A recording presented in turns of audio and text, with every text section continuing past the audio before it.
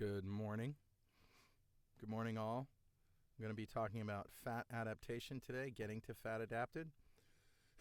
Excuse me. I'm going to wait till a few people show up, and then I'll start talking.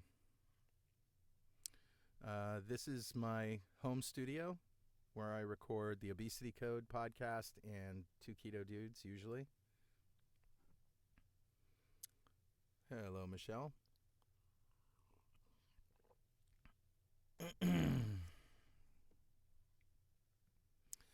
So that's why the artificial light. I'm actually in a booth, and the light kind of looks a little weird, but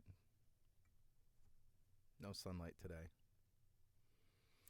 And it's raining here in Connecticut, so rather than subject you to the pitter-patter of rain on my windows, and all that noise, I figured I'd just go up in the booth.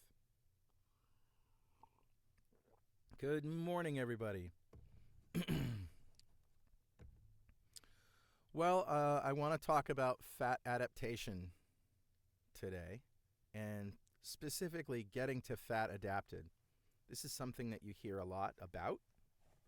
You hear people talking about keto adaptation or fat adaptation, and you also probably hear the terms ketosis. And what's the difference? Well, ketosis is when you're producing ketone bodies at a level between 0.5 and 5 millimoles per deciliter. That's ketosis. So keto adaptation is essentially happens after you've been in ketosis for a certain amount of time. Your body gets more efficient. So let's roll it back a little bit. And good morning, everybody. Hi, Chris Brown from Western Australia. Sound is very low. Oh, you know what?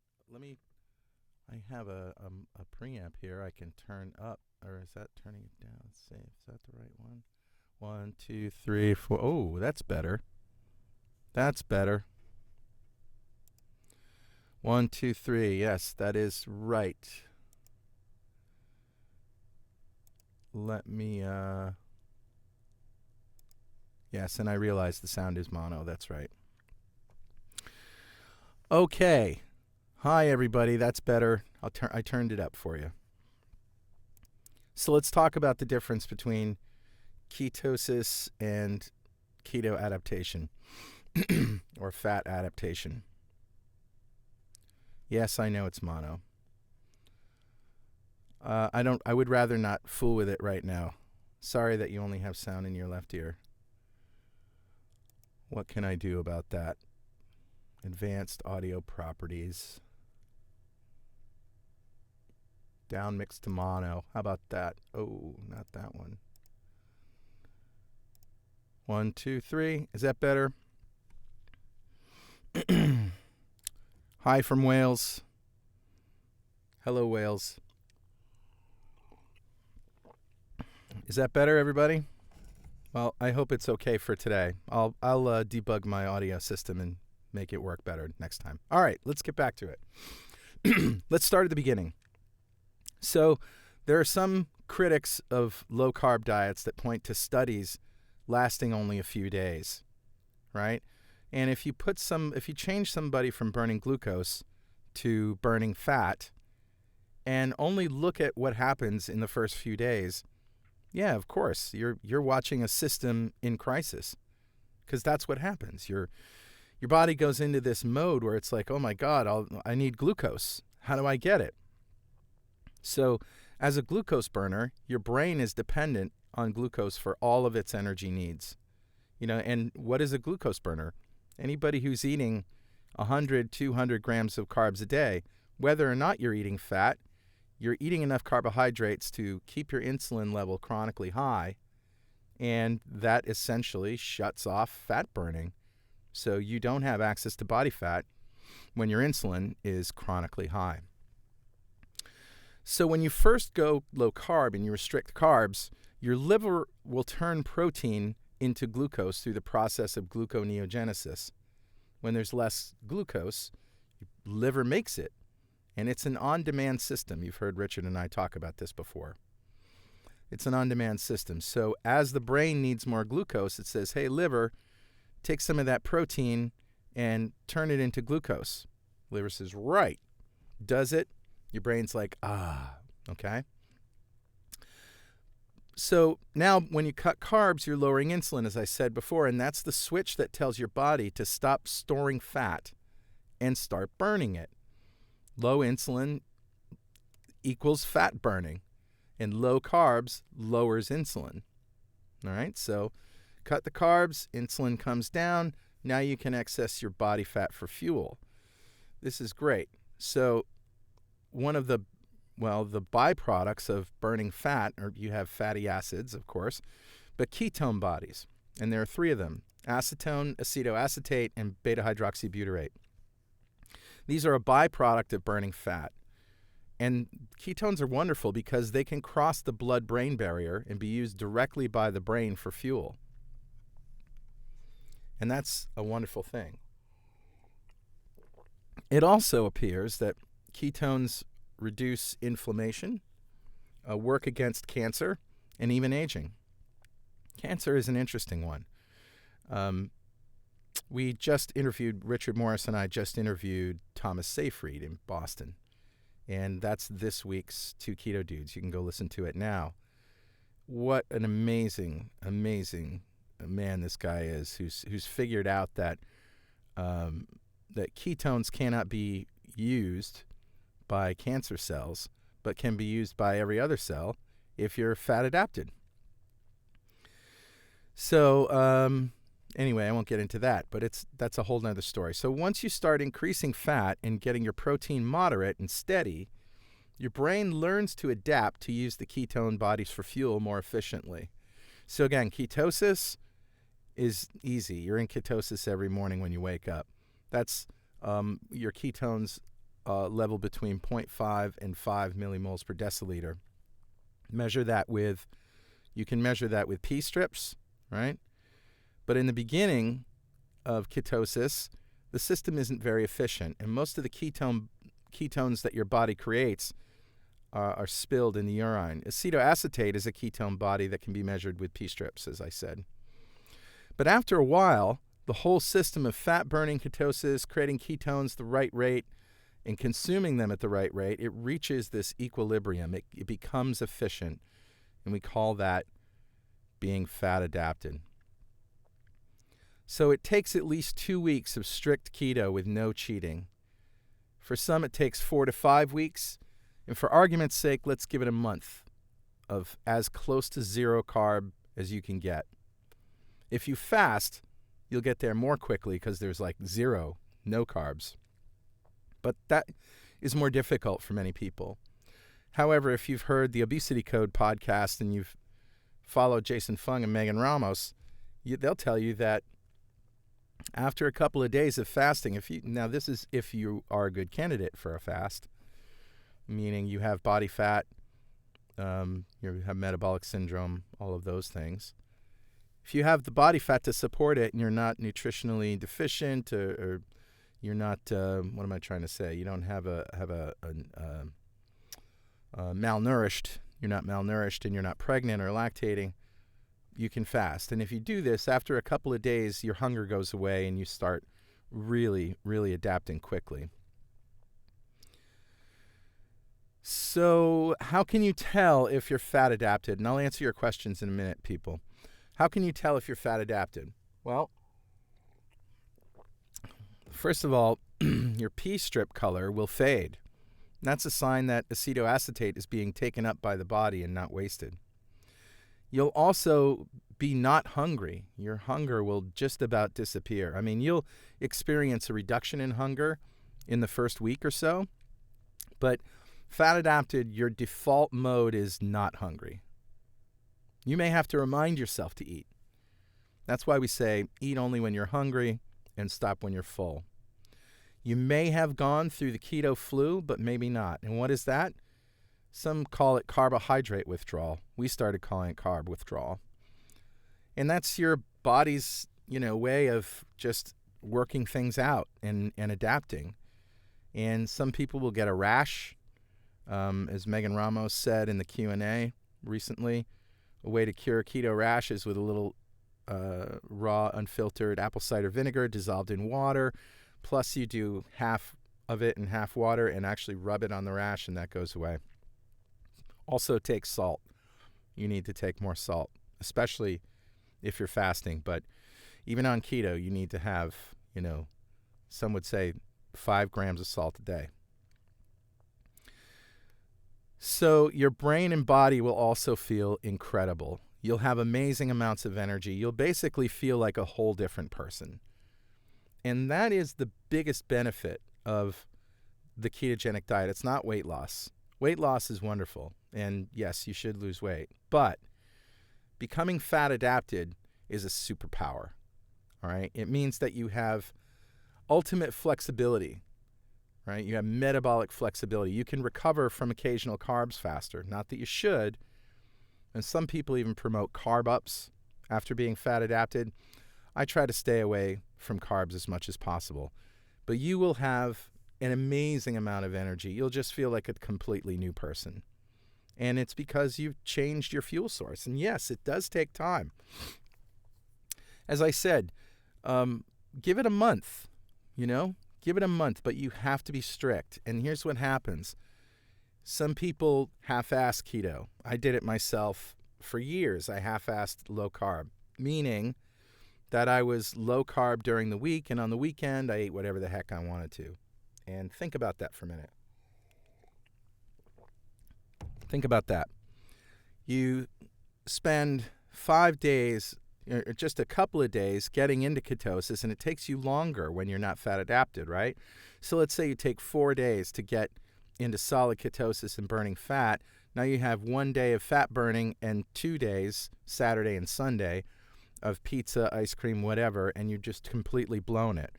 And now you go back on Monday, and it's going to take you another 4 days because you're not fat adapted to get back into solid ketosis. So you can see what happens there. What you really want to do is get it over with, right? Get it over with. Just do it. Just go keto, commit for a month, and then you will have a superpower. You got to think about it that way. All right, so let's read some of these questions. Okay. And Latoya asked a question that somebody else answered. How does it work if diabetic taking insulin? Does that cause the body not to go in ketosis? And Paul answered, you can go into ketosis on insulin same as anyone else. There's ketosis, which is good, and ketoacidosis, which is bad. Excuse my nose. Some sites get them mixed up when talking about keto and diabetes. Yeah, that's true. If you're type 1 diabetic, you have to have insulin. You have to. All right? But the insulin that you have to have is just the lowest level possible. The problem with chasing glucose with insulin, which you do when you're type 1 diabetic, is that you have these crazy spikes, right? Your glucose goes way up. You don't have enough insulin to cover it. You shoot up with insulin. Now you go down, but you can't go down too fast because you might become hypoglycemic. So it's like a fine dance, and all you're really doing is chasing after that glucose. But if you, and I know type 1 diabetics who've done this, you go ketogenic, you continue with your, Lantus? I'm not sure, Lantus and bolus. I'm not a type 1 diabetic, and I can't remember the terms, but the insulin that you take daily, that's long-acting and long-lasting, that's what you need to take, right? The other stuff with your doctor, never because Carl said so, with your doctor is gradually lower those shots of insulin, because you're not going to need as much because you don't have as much glucose coming into your body. And we know of diabetics who have gone from, type 1 diabetics who've gone from this to this. All right? And that's good. That's good. Ketoacidosis, as Paul said, is bad. That's if a type 1 diabetic creates ketones at a toxic rate. Now, that doesn't happen if you have a pancreas that makes insulin. If your pancreas is healthy, You don't have that problem. Really good, really good. Pea strips still work for me, and I'm totally fat adapted. I never get hungry, and strips show moderate all the time. Yes, but they don't show dark purple, do they? That's good. Yeah. The best way to test for ketosis is with a blood ketone meter. And you can get those on Amazon. Hopefully you don't, what am I trying to say? Hopefully you don't pay too much for them, because the American healthcare system is, don't get me started. So anyway, that's fat adapted. I really just wanted to impress on everybody that that ketosis and fat adaptation or keto adaptation are two completely different things. And you're going to have a harder time with a ketogenic diet if you sabotage yourself in those first 30 days getting to fat adapted. You're just prolonging what needs to happen. Cindy says, I'm type 2 and my glucose is stable in the 80s all the time, but I hear people saying theirs is in the 60s and 70s and I can't seem to get mine that low. Don't worry about it. Why? Your A1C, if you are constantly in the 80s, is good. You are no longer destroying pancreatic beta cells at a rate faster than they can be created. So you're safe. That's great. Glucose in the 80s is wonderful. I was one of those people who had to cheat my way to fat adaptation. In other words, you could listen to those old shows, right, with me and Richard, and I don't think it was in the first month though. Maybe I think I did. I got through the first month, but after that I would have these cheat days. I found myself at Taco Bell drive-through at 3:00 in the morning, that kind of stuff. And I remember the first time I did that, it literally took me a week to get back on the horse. And that's what you do, by the way, people. Just don't beat yourself up. If you slip up, everybody slips up. If you slip up, the next day, bacon and eggs, all right? In butter, in bacon fat, you know what I'm talking about. Just get right back on the horse. Best thing to do. But I noticed that the first time that I did that, it took me a week, like I said, to get back into ketosis before I felt really good. And it was hard. Now, after fat adaptation, I'm talking about 6 or 7 months, and I would cheat because I did.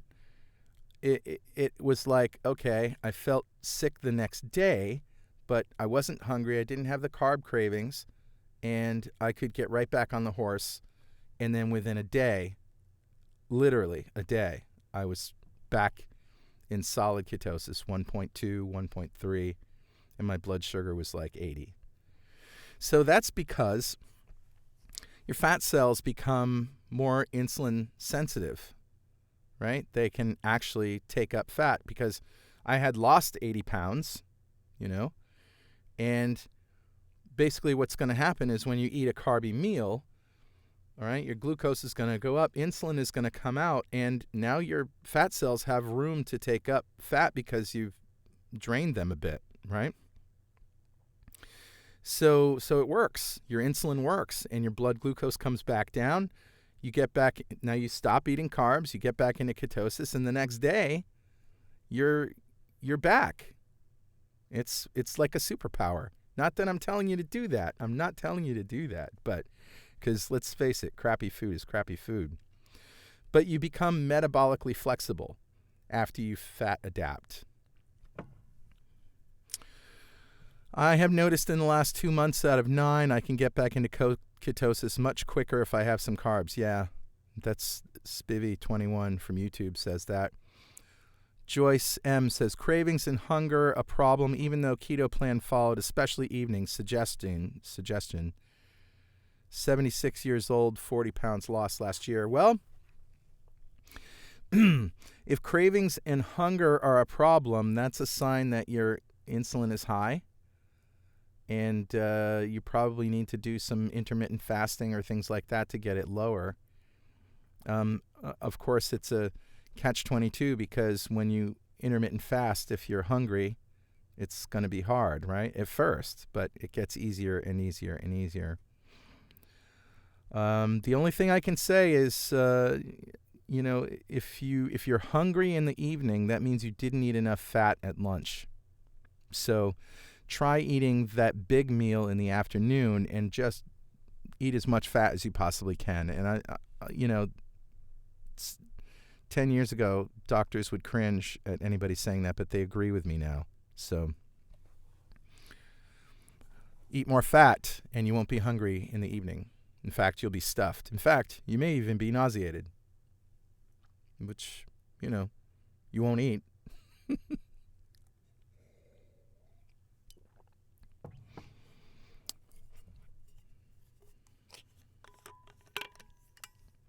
Other questions. I like to ask on these live streams for people to tell their stories. I mean, like Joyce said, 76 years old and lost 40 pounds last year. That's amazing, Joyce. Is there some place to look up keto and fasting-friendly doctors, something searchable to try and find one in my area? Yeah, I think Jimmy Moore has a list somewhere. We can just Google Bing it. Jimmy Moore, list of keto-friendly doctors. You probably know, if you've been following me, that I got a new doctor, Dr. Ken Berry, who has his own group on Facebook. He's from rural Tennessee, and he got diabetes, or he was getting close to getting diabetes and getting overweight, and thought, you know what, I can't sit and tell my patients to go on a diet when I'm myself not treating my body well. And he stumbled across, he went back and did the research in Atkins and low carb and came to paleo and then keto. And now he's treating his diabetic patients with a ketogenic diet and having great success.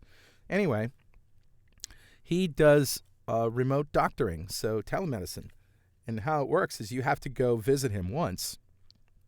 You fly into Nashville, you got to drive about 90 minutes. Go visit him once, and then he's your doctor. And then he can do everything else via Skype. Order tests and all that. I mean, they drew a lot of blood. They did a lot of tests. And but now I have a new doctor. Let's see. What is a good typical lunch?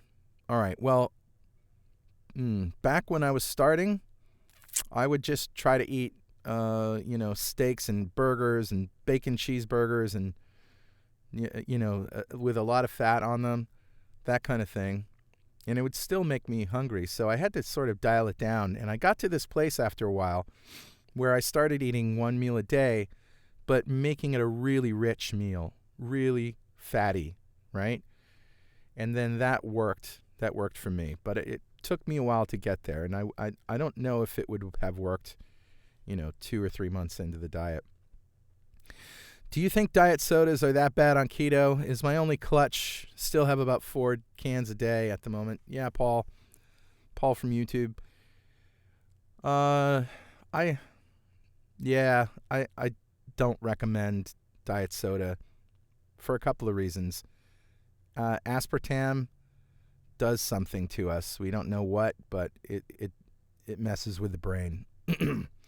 I know of people who have kicked diet soda that say, they had weird problems before and now they don't have them. I mean, it's anecdotal, but it's just, the stuff was made from rat poison and pushed through the USDA or FDA or whatever it was by a politician who owns stock in the company.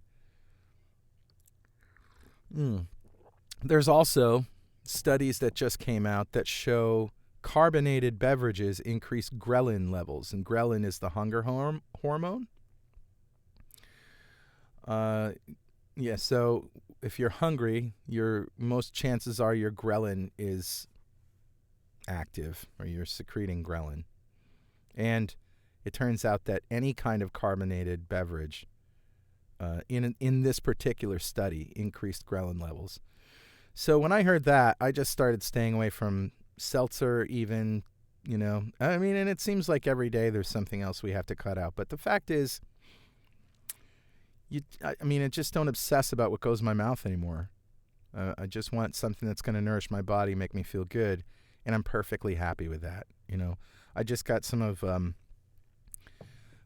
the green tea, dehydrated green tea that Dr. Fung promotes, and I had that for the first time yesterday, and it was great. It was really great. Let's see. Spivvy21 says, my weight has been the same for 2 months, but I've been putting on muscle and waist is getting smaller. Yeah, welcome to keto. That's what happens. Happened to me for over a year. Richard Morris for 3 years. He was doing the same thing. Cindy Brown says, my A1C went from 8.4 in late November to 4.7 in February, and I've lost 55 pounds. Well done. Well done, Cindy Brown. Doctor name again, Ken Berry, the Berry Clinic. Dr. Ken Berry. He's in Tennessee, just outside Nashville. Mike says, my weight plateaued for a couple of weeks until fat adapted. Then weight loss resumed very well. Good. William Graves, we live in the future. That's awesome. Yeah. Yeah, and Justin Mahon says, diet soda still spikes your insulin. Yeah, so there's a lot of research that says any artificial sweetener will, while it won't raise blood glucose, it will spike your insulin, or it may spike your insulin. So it's just safer to try to wean yourself off them. Any tips for a vegetarian keto diet? Yeah, avocados, coconut oil, olive oil, butter if you can do butter, heavy cream. I don't know if you're a lacto-vegetarian, but there's not much lacto in heavy cream. It's just good fat. Spivvy says, I get on good with sucralose, so stick with that. I test everything I consume. Yeah, you and Morris like sucralose. Mags from Periscope says, I try to fast for 3 days a week. If I'm not fasting, I slowly gain. Is that a problem, do you think? Nope, I don't think that's a problem at all. In fact, I'm the same way. If I don't either fast or eat my fat one meal a day, I'm slowly gaining weight. And that's just because you're still still insulin resistant to some point, and your insulin is still high or higher than it should be. So you need to do things to continuously lower your insulin. That's why intermittent fasting works so well, because that's exactly what it does. Chris Brown, once you have reached target weight, do you start on some sort of stabilization regime? I mean, by stabilization regime, do you think you're going to be eating pancakes and syrup and French fries and pizza? Because I would not recommend anybody do that at any weight. It's just bad for you. So yeah, I will once I reach target weight, I will most likely be eating more protein, because the things that I've seen show that people who have less body fat need to eat, who are building muscle need to eat more protein. But I'll also be eating mostly fat. So yeah, I may actually have to eat more, because I will probably be more active. I'll probably need to synthesize more protein, because there's not enough protein and fat on my body to support, right? I won't have enough body fat to be able to fast for very long, so I'm going to want to eat more fat. And I won't have as much chunky protein. Hopefully, I won't have loose skin. So autophagy won't work as well for me. In other words, there will be less protein to recycle, so I'll need to eat more. But I never plan to go back to carbs as a regular part of my diet. So hope that answers your question. Is there a fat virus you can catch that causes you to gain weight? Okay, that's kind of funny. I mean, is that serious? A fat virus? I've never heard of such a thing, but if you figure something out and find some research, please let us know. That's an interesting idea. Latoya, is it better to do fasted exercise to lower blood sugar levels while doing keto?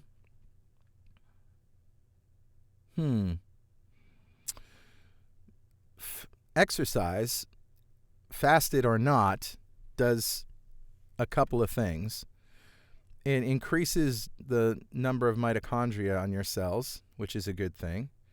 It depletes muscle glycogen, which is also a good thing.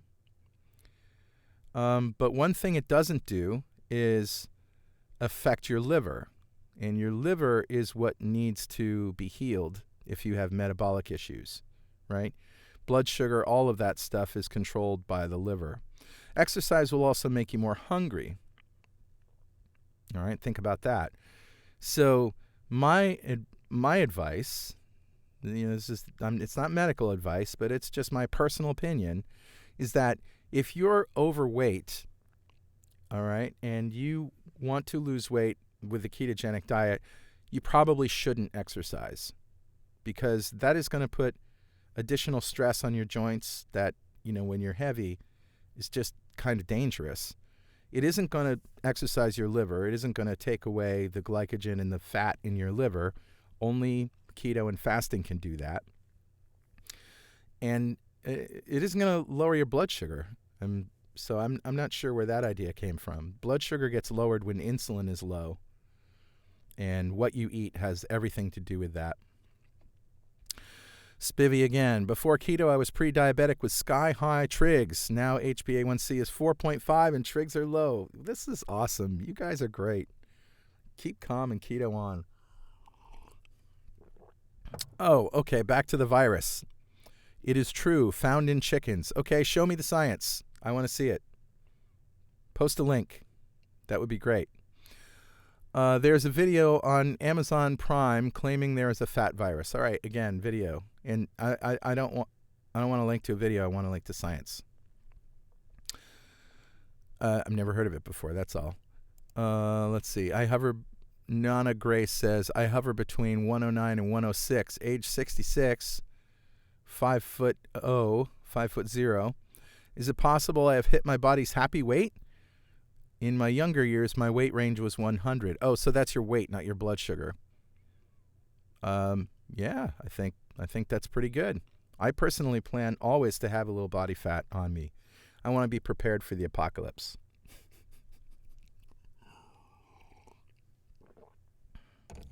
Well, look at that. A link to science. Okay, I will check it out. Definitely. Thank you, Tubby Dude. Excuse me, Tubby Dude, T-U-U-B, not T-U-B-B. I'd be the Tubby Dude here. All right. Sorry about that. Justin Mahan, I've lost 87 pounds. 9-inch waist, 2-inch neck, 4-inch hips. In other words, what you've lost. 9 inches off your waist, 2 inches around your neck, and 4 inches off your hips. Well done, Justin. From Twitch, Splat101 says, here's a success story. Back in October 17, I was 315 pounds. I'm 5'5" and 48 years old, and I know I was close to diabetic. My doctor said I was pre-diabetic when I was at 270, and I just got fed up with not being able to move and worrying about my health. So I started fasting then, and I learned of keto from all the fasting groups, and so now I alternate between keto eating and fasting. I've lost 96 pounds. This is great. And I'm currently at 220, and this is the best I've felt since my 20s. Yes, yes, yes, yes. This is what happens, people. It's just great. Again, Tubby Doob, thank you for that science. I will definitely check that out. Paul says, I'm type 1 diabetic for 25 years. Keto gave me my life back. Feel great, finally having stable blood sugars and lots of energy. Well done, Paul. You guys are fantastic. You can see I posted a little picture of my success story. It's not that big, but you can see it online. After 12 months of eating, in January 2016, I was 366 pounds. My HbA1c was 7.4. In other words, I had type 2 diabetes, and that's a picture of me in Scotland posing in front of the Spey River. If you've ever heard of Speyside Scotch, that's where all that Scotch comes from. The water comes from the river, that river. And then in December 2016, 286 pounds. My HbA1c was 5.2. No type 2 diabetes at all. There you go. And yeah, I have more weight to lose, but I'm going to keep calm and keto on until my body figures out how to do it. In fact, I have been, I'll tell you about my experiences, and you probably heard this on the show.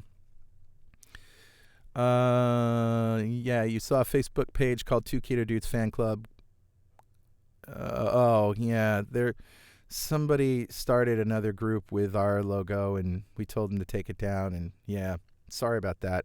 There's nothing we can do about it other than try to sue the guy, and I don't care about that. But we do have our own Facebook page.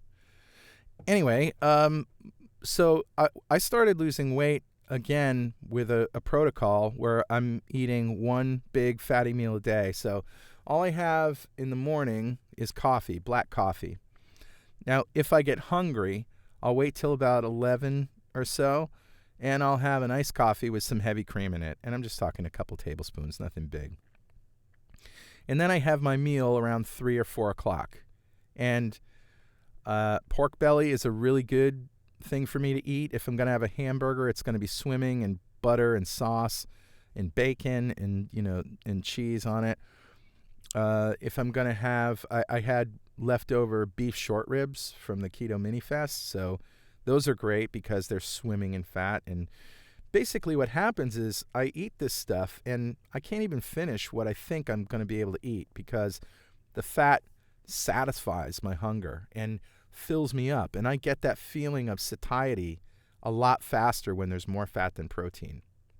So yeah, it might feel a little disgusting at first to be eating so much fat, but it's like a superpower miracle, right? And then if I do it right, by the time I'm done eating, I'm stuffed. I feel literally like I can't eat another bite. And I really haven't eaten all that much bulk of food, but it's been mostly fat. Okay? So that satisfies me for the rest of the day. When nighttime comes, I don't feel like I need to eat anything. And that has been, as somebody else said, night eating is a sort of it's a downfall for a lot of us. And me too. I mean, that's where I typically got in trouble. Yesterday, I had 2 days ago, I started again after Morris left. I started again on my regimen, and I started losing weight again. And, the first weight that comes off is water weight, and I know that. And then the next day, I had a friend of mine is making an experimental keto flatbread stuff mix, right? I don't know what's in it, but I know that there's some milk protein in there, something I don't usually eat. I know there's something derived from corn. I'm not sure, but it was only supposed to be about 11 grams of carbohydrates for what I ate. And I had some reaction to it. My feet swelled up. I felt like my insulin was going up. I get that. It wasn't like a sugar rush, but it was. I know that feeling when I've eaten something that I shouldn't. Anyway, what's weird about this is the next day I was up 5 pounds, which indicates water weight. But when I took my blood ketones, my blood sugar was at 100, which is high for me. But my ketones were 1.7. I have no idea. And so then I did yesterday, right back on the horse. I ate some leftover beef rib, again, which is swimming in beef fat and sauce. And I had a little chorizo queso, which was left over from the Keto Mini Fest. And that's all I ate all day. Oh, I had a little dark chocolate a little bit later. Nothing much. And back down below where I was the first day on the scale. So, I don't know. Things get weird, and I don't understand them, but I do know that this protocol works for me. So I'm losing weight again. I'm doing my one fatty meal a day. I'll do it again today at 3 o'clock, 4 o'clock. And I would encourage anybody who's in a stall to try it. I'm type 1 diabetic for 25 years. Keto gave me my life back. Feel great finally having stable blood sugars and lots of energy. Yeah, again, as I said, Paul, I know people who have done the same thing. Our type 1 diabetics who go ketogenic, they were able to not be able to chase all that glucose with insulin. They don't need to do that anymore, and they keep their insulin stable. They keep their blood sugar stable, rather. Yeah. Type 2 diabetics is a little bit different. We don't, if you're taking insulin as a type 2 diabetic, you will find that you will need to taper that off with your doctor's guidance. Don't do it yourself. I mean, we know people who've done it, but I wouldn't do that yourself.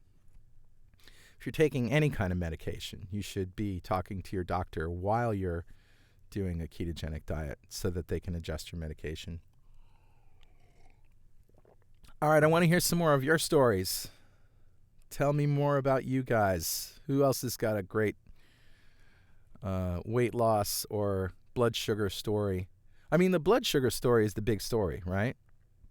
The weight loss, anybody can lose 100 pounds on a low-fat diet, on a calorie-restricted diet. The difference is when you do that, you reduce your metabolic rate. In other words, your calories out goes down. You hear about calories in, calories out? Yeah, I mean, that's something you can measure, but it's not, reducing calories in doesn't increase calories out. Increasing fat calories in, reducing carb calories in, increases calories out, right? So you need to eat more fat in order to be able to keep your metabolic rate up. That's why keto and intermittent fasting works so well, and the one fatty meal a day works so well. It's because every day at 3 o'clock you eat some fat, which keeps your metabolic rate going, and then you have 23 hours of not eating when your insulin is low to burn body fat. That's just the best. By the way, I love that you've started doing the lives. Thank you so much. You're welcome, Cindy. It's my pleasure. It's something that I have wanted to do for a long time. And by the way, if Richard Morris and I have helped you and you feel that you want to help us, go to patreon.2keto.com and make a small donation. That is our retirement fund. And we want to do this for a living. We want to keep doing it and not have to do software development and all the other things that we do. We would like to be focused every day, all day, on helping this community. Thoughts on Metformin? Sean from Periscope. Yeah, and also somebody else. Thoughts on Metformin? Well, Metformin, what it does is it, kind of like a statin. What a statin does is it prevents the liver from creating cholesterol. It reduces the amount of cholesterol that the liver creates, right?